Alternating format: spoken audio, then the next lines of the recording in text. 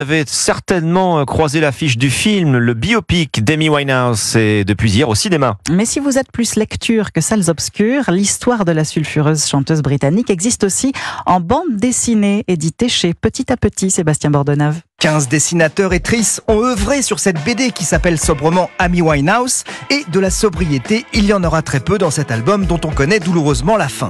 Mais on apprend beaucoup, par exemple, l'amour d'Amy pour sa mamie Cynthia, ancienne chanteuse de jazz sur laquelle Glenn Miller a eu des vues, les cheveux de jet, le regard frondeur, les tatouages 50s et la choucroute capillaire, c'est elle l'inspiration. La BD décrit aussi parfaitement le drame crescendo que fut la vie d'Amy, l'eyeliner grossissant au fur et à mesure que sa silhouette maigrissait pour les tristes raisons que l'on sait.